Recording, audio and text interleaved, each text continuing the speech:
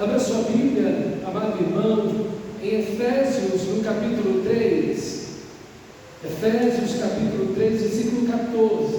No domingo, eu estava na última mensagem daquela série, falando sobre a graça de Deus como a fonte de toda a restauração, e meditamos nessa oração no capítulo 1, que é uma oração preciosíssima, e as duas orações desse livro, tanto do capítulo 1 quanto essa do capítulo 3, elas são muito parecidas em conteúdo, elas são muito parecidas uma com a outra, e a gente entende que quando uma oração ela é repetida, ou de certa forma há um padrão naquela oração, aqui no caso o apóstolo Paulo orando quase que da mesma forma, seguindo quase uma estrutura igual a outra,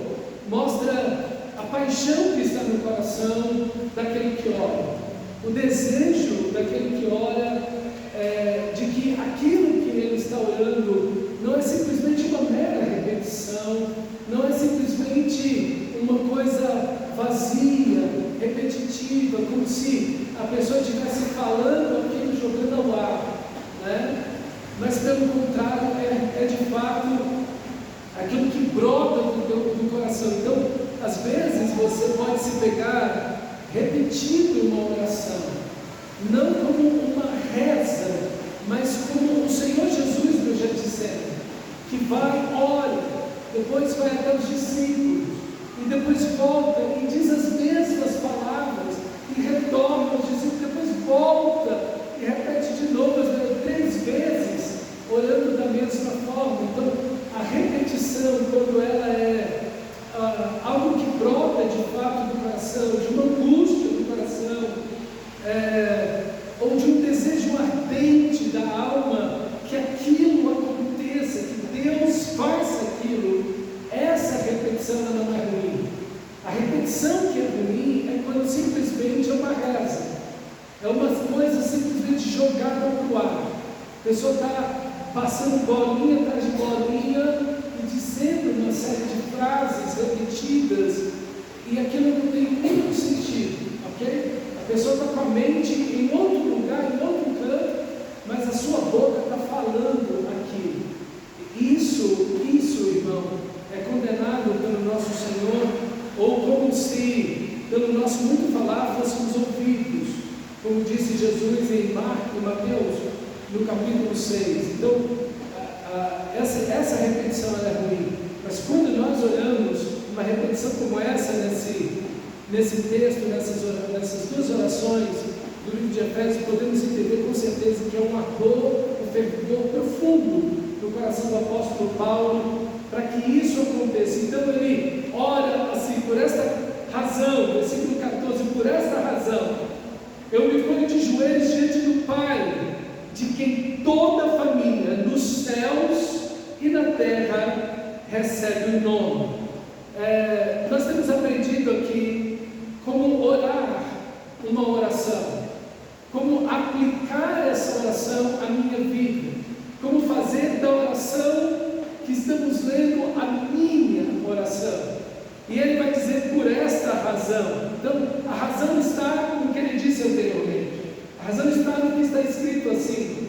E o que está escrito acima desse texto, em resumo, é que a graça de Deus se manifesta na pessoa de Cristo Jesus, aquelas riquezas que estavam ocultas em Deus, insondáveis, que ser humano algum jamais poderia entender. Quem poderia decifrar ou entender a mente de Deus, de que Deus entraria na nossa história, de que Deus enviaria seu único Filho como um substituto para sofrer o pecado na cruz e cumprir toda a justiça para a nossa salvação?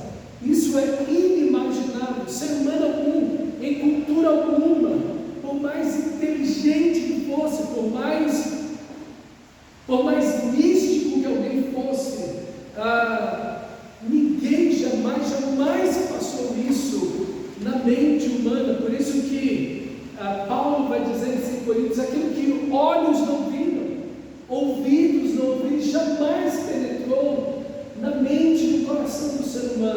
isso que Deus tem preparado para nós. É quem? Jesus.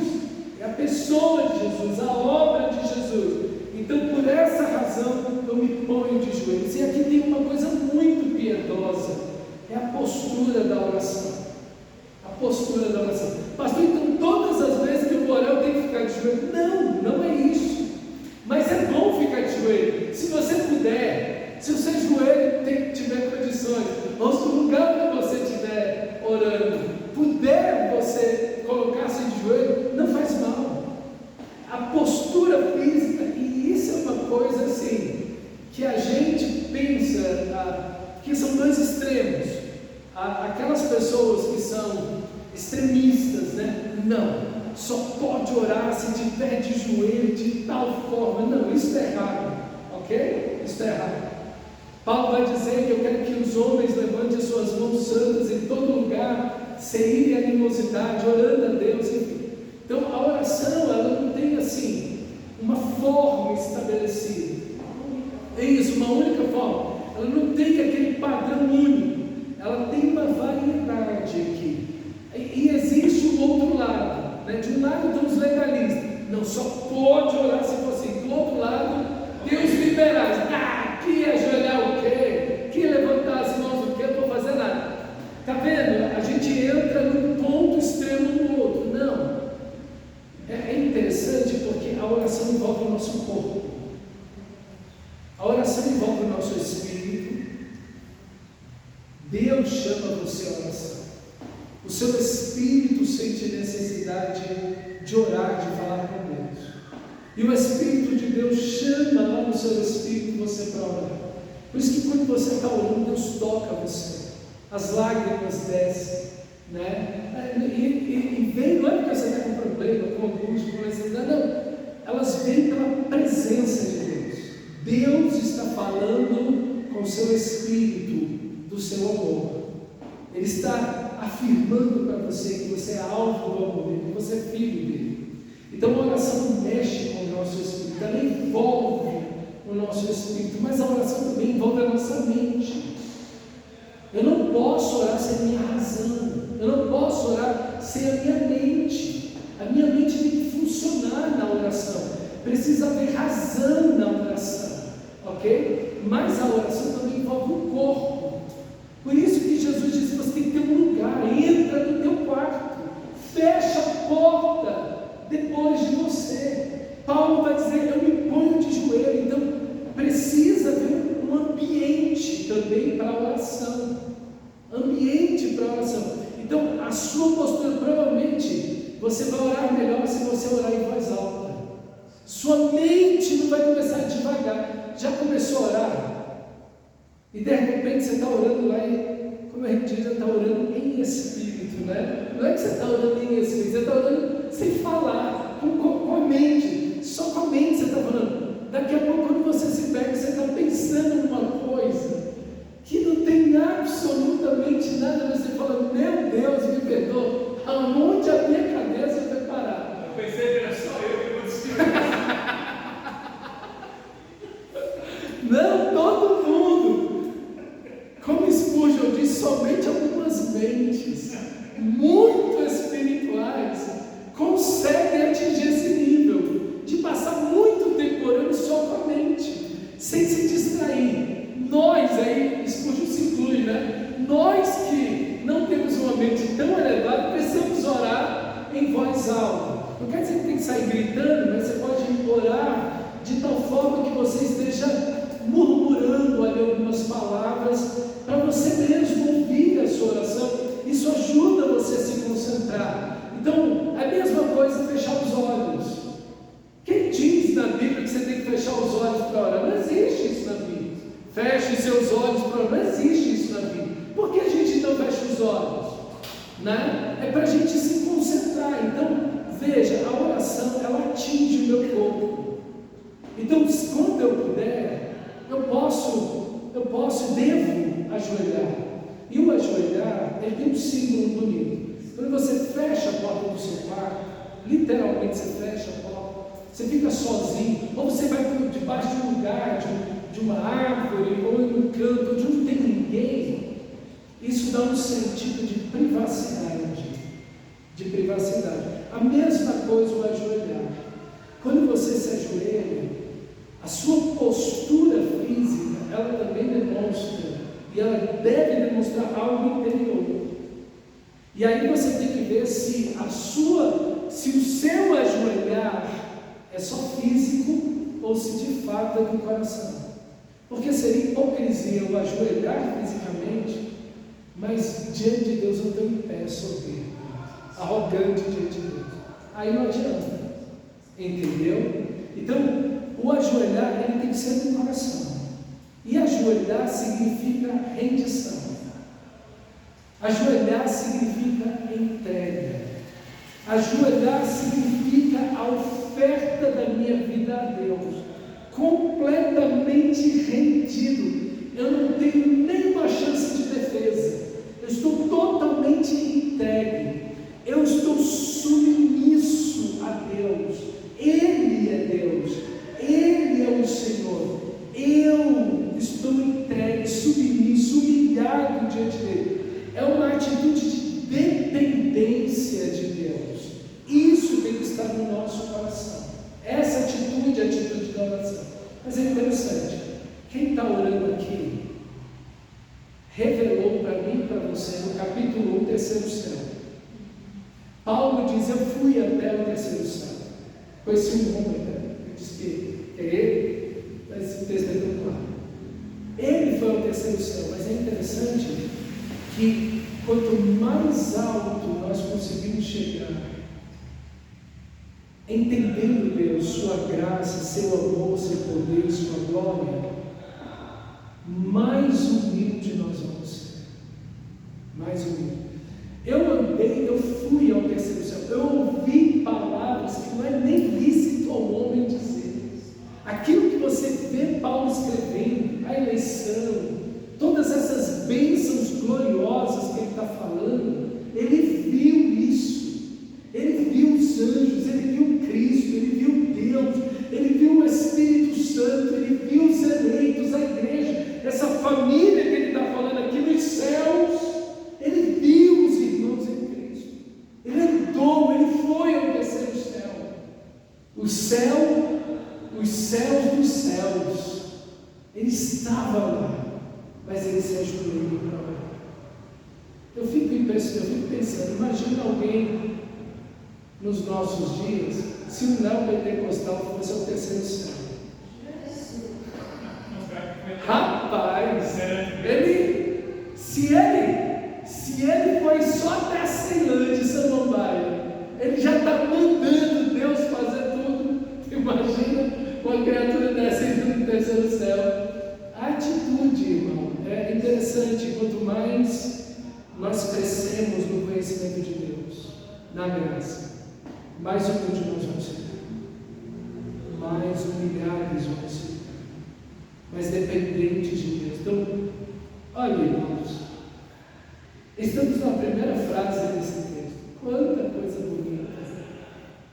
E aqui eu preciso olhar para dentro de mim e dizer: oh, meu Senhor, e veja, ele está orando, ele está se ajoelhando diante do Pai. Aqui não há uma contradição. Não há uma contradição. Não, Deus é meu Pai, eu sou filho do Rei, então eu estou para mandar. Não, eu estou ajoelhado, eu estou prostrado, eu estou humilhado diante do meu Pai. Não existe aqui uma contradição. Se Deus é o meu Pai, eu me humilho diante dele. Eu não estou reivindicando nada, porque quando eu entendo a graça, eu entendo que eu nada mereço. Tudo é graça. Então há uma humildade diante desse Pai. E aqui o Pai, ele tem uma família. E eu faço parte dessa família. E o bonito, irmãos, nessa oração é que é uma oração que não está voltada só para mim. Não é uma oração egoísta. É uma oração pela igreja. Então ele, no primeiro versículo, no versículo 14, ele diz a quem ele ora: ao Pai. Como ele está orando? De joelho. Por quem ele ora? Por esta família, por esta igreja, essa igreja que já está na glória, os nossos irmãos em Cristo.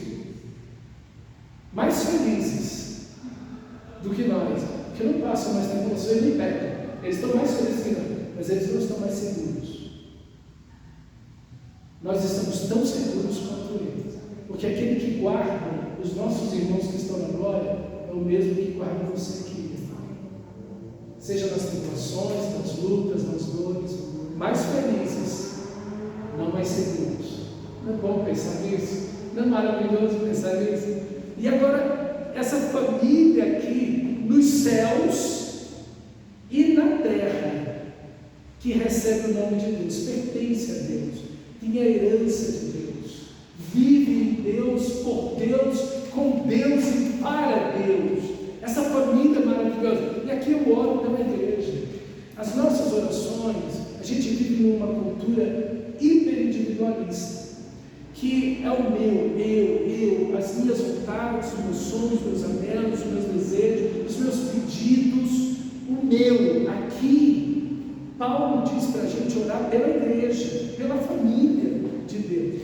E a primeira lição que eu tenho que tomar aqui, na oração, orando esse texto, é: Senhor, será que eu estou vendo a tua igreja como se vê?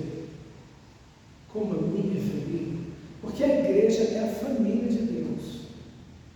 A igreja é a família de Deus. Essa igreja perfeita, essa igreja nem sempre tão grata, essa igreja que tem um monte de coisas complicadas, difíceis, mas é a família de Deus.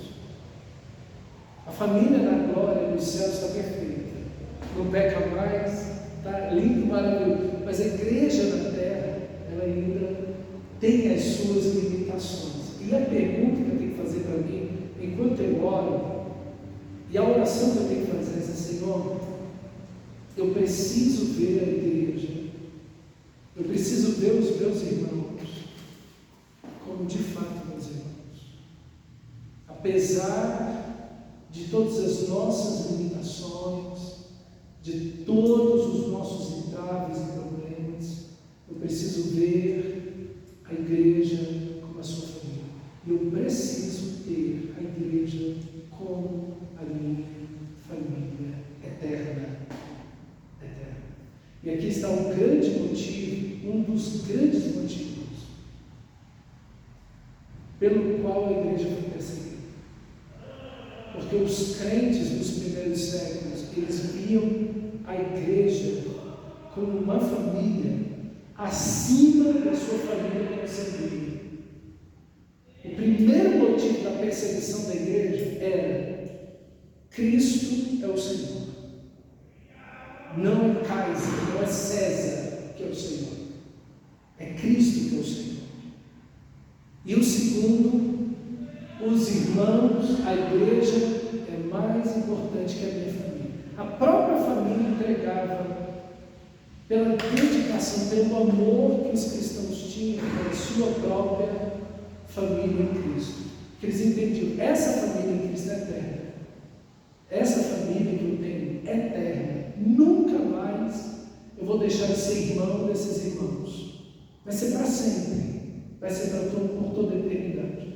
Então, será que eu tenho essa consciência? Será que eu vejo a igreja assim? Será que eu trato os meus irmãos assim? Será que eu oro pelos meus irmãos? Então, essas perguntas precisam vir do meu coração enquanto eu oro esse texto aqui.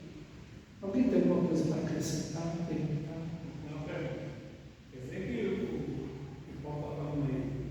Céus e na terra, porque o céu não é a população angelical, não, Deus é. Não, é a igreja. Porque os anjos não são família de Deus.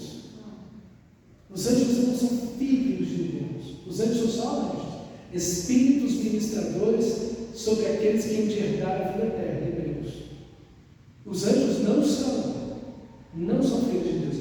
Os filhos de Deus são aqueles que foram comprados pelo sangue de Jesus, feitos à imagem e semelhança de Deus. Esses são filhos de Deus, a saber, os que creem no seu nome. Essa família é a igreja. Desde Abel, o primeiro filho, Abel, o primeiro justo, o primeiro que foi justificado, salvo, dele até o último cristão. essa é a família de Deus. Essa é a família de Deus. Mais alguma pergunta? Ou alguma acréscimo? Alguma coisa você viu no texto que a gente ainda não viu aqui? Eu coloquei um sentimento de memória e ele olha da forma que ele olhou, porque ele entende a revelação dos eleitos de Deus. Sim. Como o livro fala de eleição e predestinação, então a oração dele é o resultado dessa verdade que estava oculta.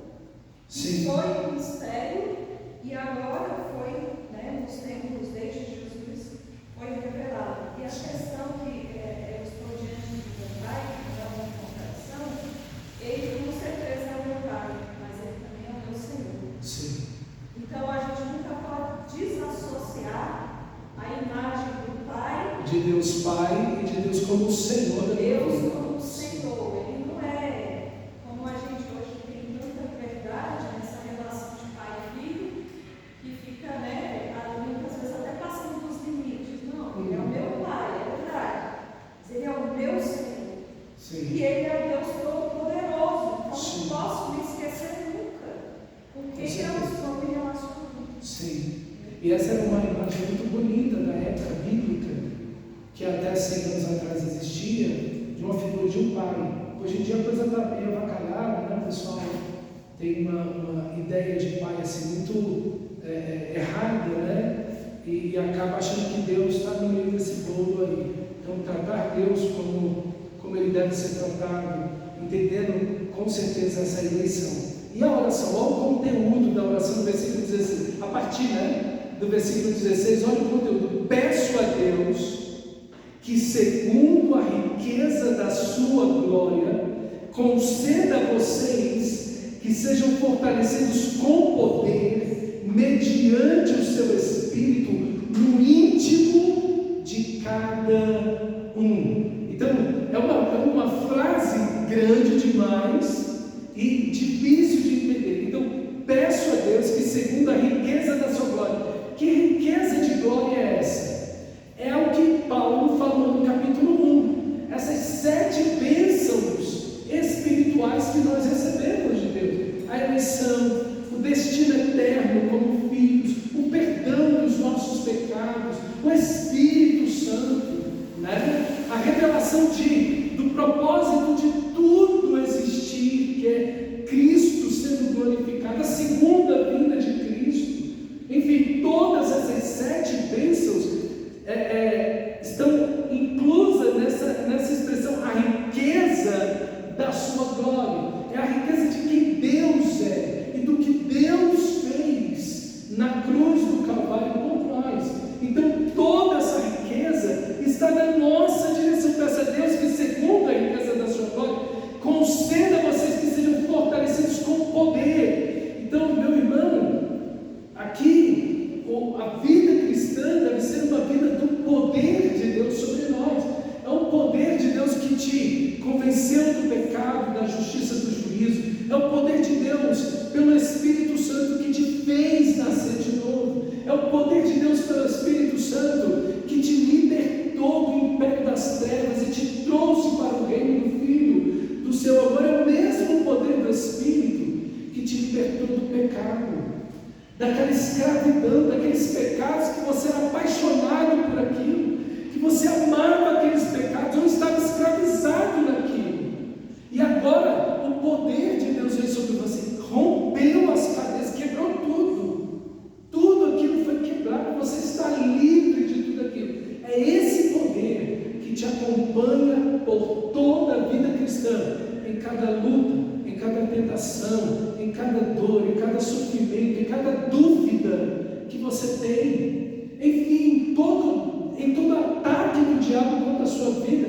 Esse poder que reveste você de toda essa armadura de Deus, como termina o capítulo 6, e é esse poder que vai ressuscitar você dentre os mortos e levar você ao encontro do Senhor nos ares, e é o mesmo poder que vai te fazer estar sentado nas regiões celestiais em Cristo. Esse poder, desde que ele te convenceu do pecado, até o dia da tua glorificação em Cristo,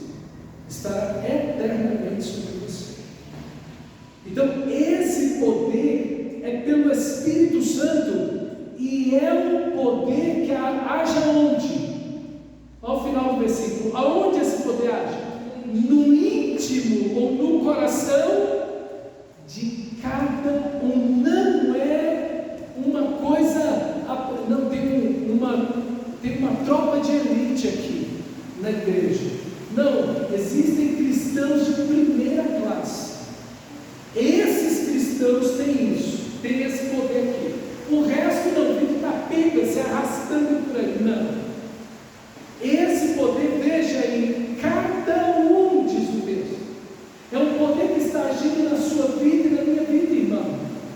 Aqui nós estamos em pé de igualdade. Não há ninguém melhor que ninguém. O mesmo poder está agindo em você, está agindo em mim. O mesmo Espírito que habita em você, habita em mim, e age em mim e age em você. E tem que agir em todos nós, em todos, em todos. Não importa a idade, não importa quanto tempo de cristão você tem. O mesmo poder que age na vida do novo convertido, age na vida do pastor.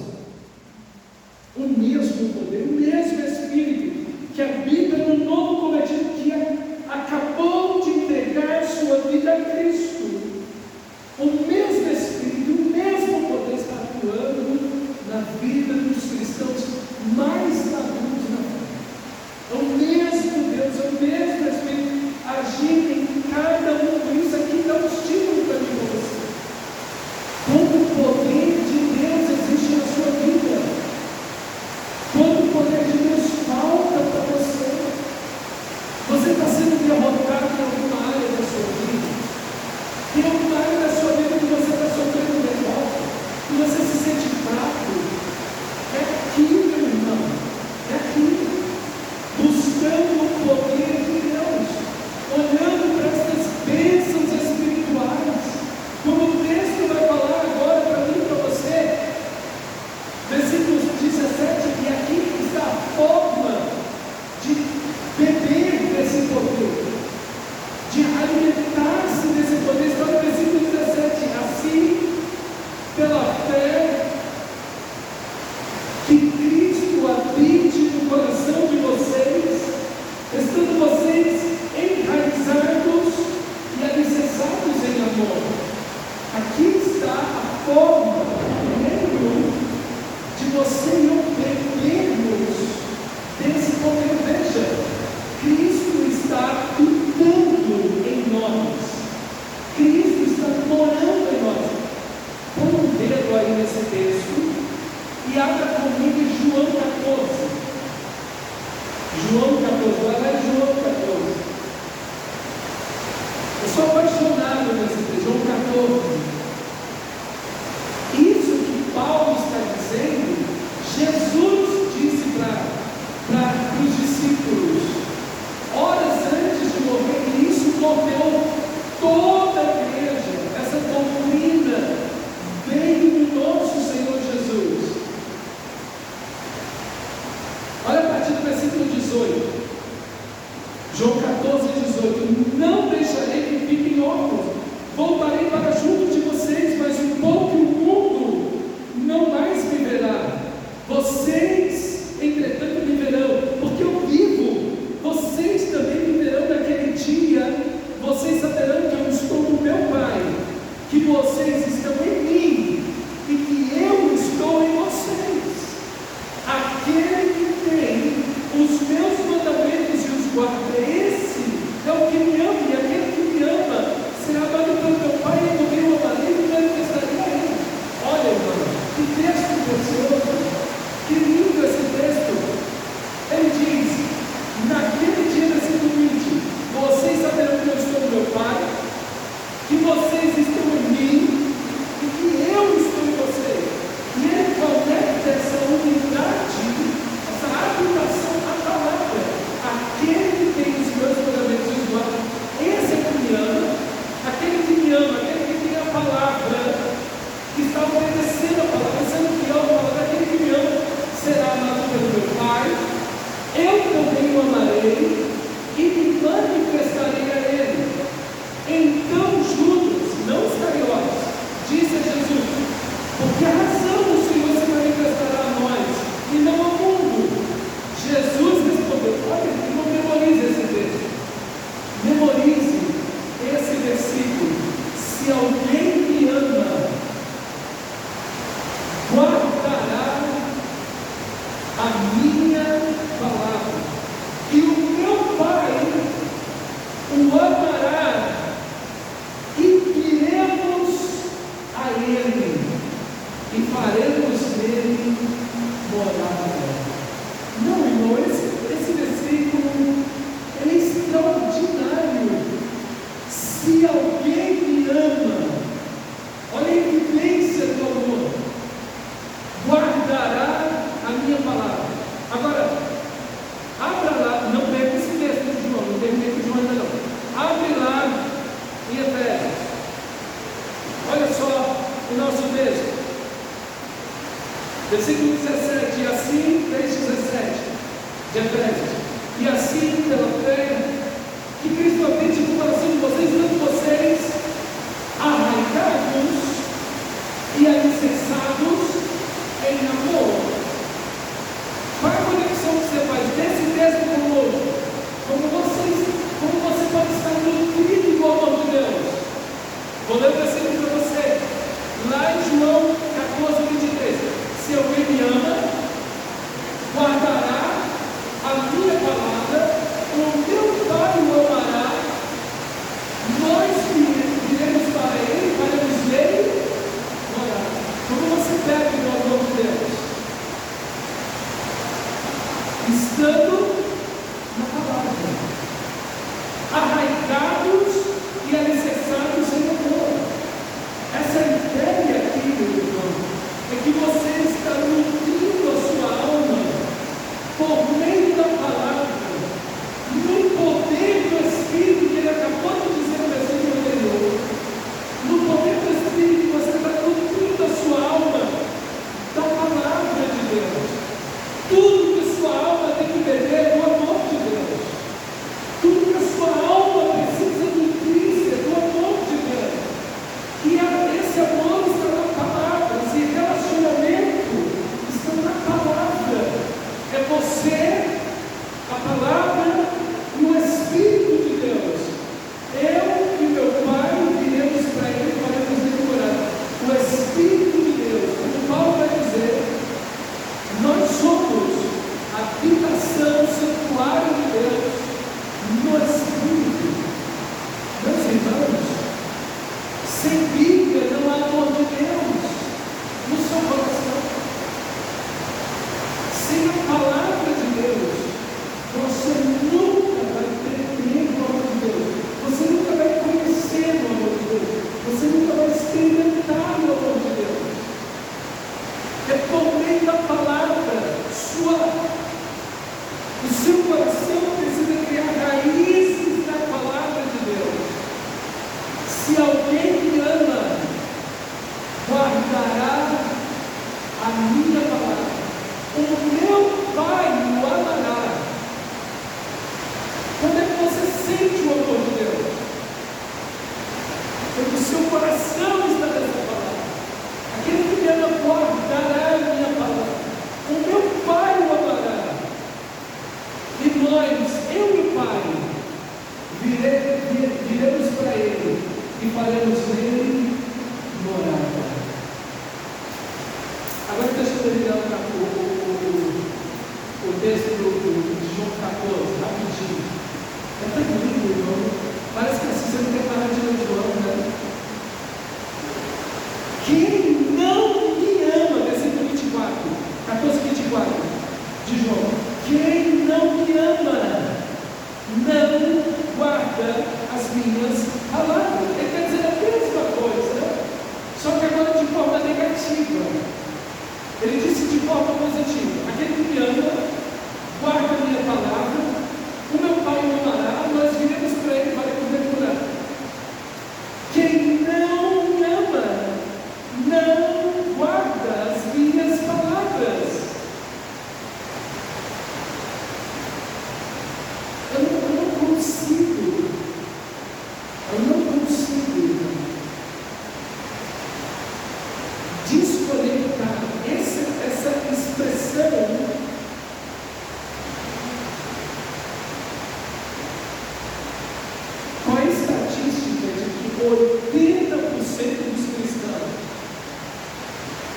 abre a Bíblia uma vez por semana. Aquele mês. 80%. 80%. Essas pessoas estão levantando as mãos no louvor, dizendo: Deus, eu te amo. Não é? Não é verdade? Irmão, não são minhas palavras, são palavras de Jesus. E Jesus está dizendo quem o ama e quem não ama. Não sou eu que estou colocando um padrão aqui. Quem ama. Não sou eu que estou botando um padrão. O padrão vem do próprio Senhor Jesus. E se você, meu amado irmão, quer, e agora voltamos, não posso continuar lendo João, seria uma delícia ler João agora, mas não é a nossa oração. Voltando lá para Efésios. Se nós queremos estar arraigados e alicerçados em amor, no amor de Deus, nós precisamos perguntar para nós mesmos: Senhor, eu estou apaixonado pela Tua palavra, eu estou nutrindo a minha alma do quê? Do que a minha alma se alimenta? Da palavra? Ou a minha alma se alimenta da psicologia positiva desse mundo? Da filosofia desse mundo? Das ideias que o mundo tem, de autoajuda? Do que minha alma está se alimentando? A minha alma se alimenta do que as pessoas estão dizendo? Ou eu estou arraigado em amor? Eu estou tendo um relacionamento de oração devocional, a sós contigo, em oração, que é o contexto aqui, a oração, voltado o meu coração para ti, amor, pela tua palavra, no poder do teu Espírito. Quando eu leio a tua palavra, a paixão do meu coração, a doçura do meu coração pela palavra, a transformação da minha vida pela palavra, eu estou levando isso a sério. Não é simplesmente uma leitura religiosa que eu estou fazendo.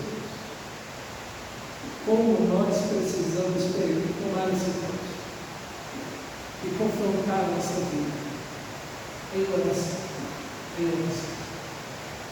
arraigados, bebendo, nutrindo, crescendo, avançando. Toda a igreja, isso não é para um grupo seleto, não, toda a igreja, cada um, como termina o versículo 16, cada um, todos nós,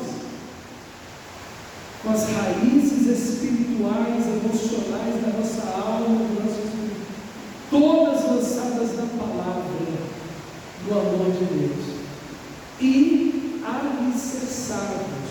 Aqui exatamente a ideia do que Jesus diz: aquele que ouve as minhas palavras e cumpre, eu comparo com aquele que edificou a sua casa, cavou fundo até achar rocha e lá colocou o alicerce da sua casa. Alicerçados, convictos. Suas convicções vêm do quê? De sentimentalismo, de emocionalismo, ou do que a palavra está dizendo? Se você viver pelas emoções, você vai viver uma montanha russa. Você vai viver de altos e baixos. No mesmo dia, você vai estar no céu, e no mesmo dia você vai estar no inferno. Porque assim, as emoções são assim. No mesmo dia você está na glória, no final do dia você fala: meu Deus, eu estou vivendo um inferno nesse negócio. Mas se você vive pela palavra, as suas certezas, seu descanso, seu consolo, sua segurança está naquilo que a palavra de Deus diz. Quando o diabo lançar pensamentos, sentimentos, propostas, você vai recitar a palavra de Deus e vai responder ao diabo, ao mundo, ao pecado, à sua própria natureza pecaminosa, com a palavra de Deus, como o nosso Senhor Jesus, porque estamos alicerçados em amor. O alicerce da nossa vida não está nas circunstâncias, mas está em que Cristo te amou eternamente. É aqui que todas as certezas da sua vida estão. Não é de que o diabo se levantou, não é porque tem demônios, ou seja lá o que. Não. A certeza da minha vida é: eu estou fundamentado. O fundamento da minha vida é o amor de Deus, é a graça de Deus que me amou eternamente. E eu sei disso pela palavra de Deus. E eu estou nutrindo o meu coração, não de ódio, de raiva, de rancor, de mágoa, de ressentimento, de imoralidade, de cobiça, seja lá que pecado. Eu estou nutrindo a minha alma no amor de Deus, na sua palavra. Aí é a hora de confessar pecado diante de Deus. Senhor, minha alma fascina minha alma. É desse jeito aqui, Senhor, tira tudo que não é amor, tira, Senhor. Tudo que não é o teu amor, arranca, Senhor.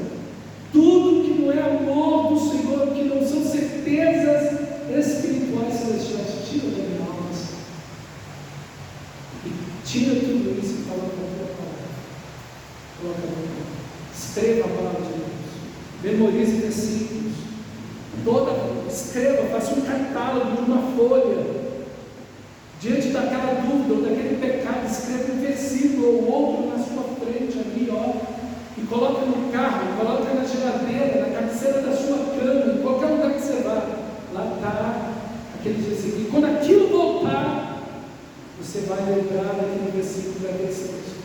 Dizer: Deus Santo, é isso que eu quero ver. É nisso que eu estou fundamentado e necessário. Não são essas mentiras nem o pecado que meu coração quer devolver, mas na tua palavra. Na tua palavra. Se fizéssemos isso, estaremos mais cheios do poder mediante o seu Espírito no íntimo de cada um. E estaremos, como o versículo 18, isso para que, com todos os santos, está vendo? Toda a igreja. E eu tenho que orar não apenas por mim, eu tenho que orar por meus irmãos. A oração é coletiva, eu tenho que orar. Isso que eu estou orando para toda a igreja, para mim. Mas eu estou orando pelos meus irmãos, para que vocês possam compreender qual é a largura, o comprimento, a altura e a profundidade, e conhecer o amor de Cristo, que excede a todo entendimento, para que sejais tomados de toda a plenitude de Deus, ser cheio do Espírito, ser cheio do amor, ser cheio da palavra, ser cheio da santidade de Deus.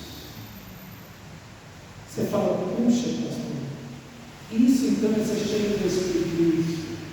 Ser cheio do Espírito é ser cheio desse amor. Há uma largura, há um comprimento, há uma altura, uma profundidade, há um amor que você vai mergulhar por toda a eternidade, você nunca vai chegar ao fim. Ele excede a todo o entendimento. Então é um amor que pode te acolher, te socorrer, inundar você em qualquer circunstância que você esteja. Recorra a esse amor. Eu estou alegre, eu estou triste, eu estou doente, eu estou saudável, eu estou no fundo do poço, eu caio em pecado, eu estou vivendo em santidade, não importa. Arraigados, alicerçados, mergulhados, batizados neste amor, totalmente acolhidos no amor de Deus. É isso é o Evangelho. Isso é o Evangelho. É Cristo habitando em nós, pela fé. Pela fé.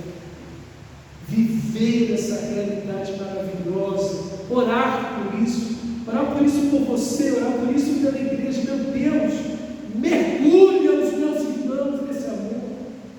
Mergulha a vida de cada irmão nesse amor. Que todos nós aqui sejamos tomados de toda a plenitude de Deus.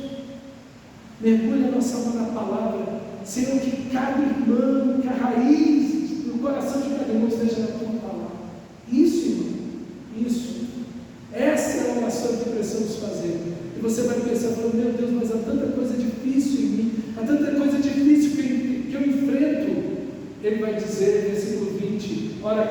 poderoso para fazer não muito mais, não tanto mais, mas fazer infinitamente mais do que tudo quanto pedimos ou pensamos, conforme o seu poder que em nós opera, esse poder que pelo Espírito e pela palavra está operando em nós.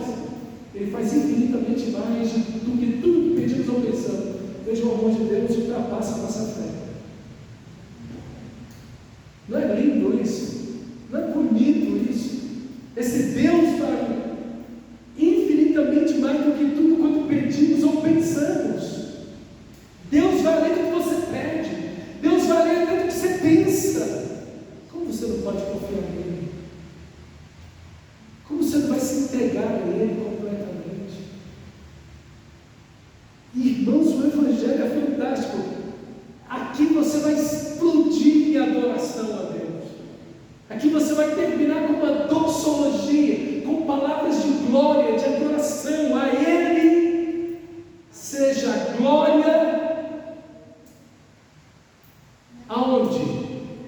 Na igreja, na família, Deus é glorificado na igreja e em Cristo por todas as gerações. Oh Senhor, eu tenho que orar pelos meus filhos, pelos meus netos, bisnetos. As gerações precisam de ouvir desse Evangelho e ver esse Evangelho vivido em nós para todo o sempre, por toda a eternidade. E nós dizemos amém. Amém. Irmão, eu quero dizer para vocês, se você pegar essa oração e orar, você, quando abrir os olhos, uma hora vai se passar. E você vai falar: meu Deus, eu estou quase uma hora de joelho, em lágrimas, diante desse Deus, pedindo: Senhor, é isso que é a tua vontade.